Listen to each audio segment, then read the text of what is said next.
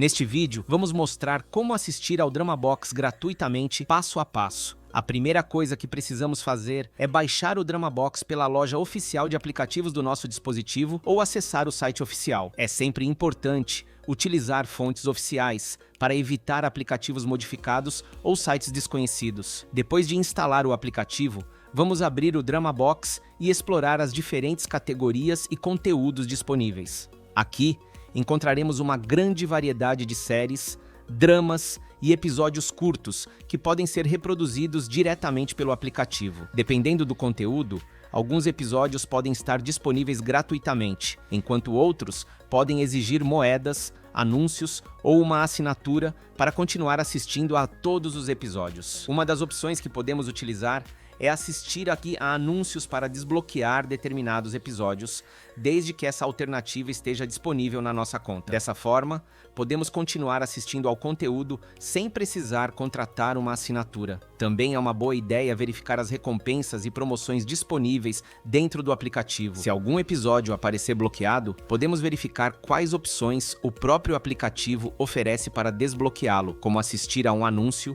utilizar as moedas disponíveis ou esperar até que ele fique disponível gratuitamente. E pronto! Como você pode ver, assistir ao Dramabox gratuitamente é possível utilizando as opções gratuitas oferecidas oficialmente pela plataforma. Se este vídeo ajudou você, não se esqueça de se inscrever no canal e deixar o seu like para mais tutoriais explicados passo a passo.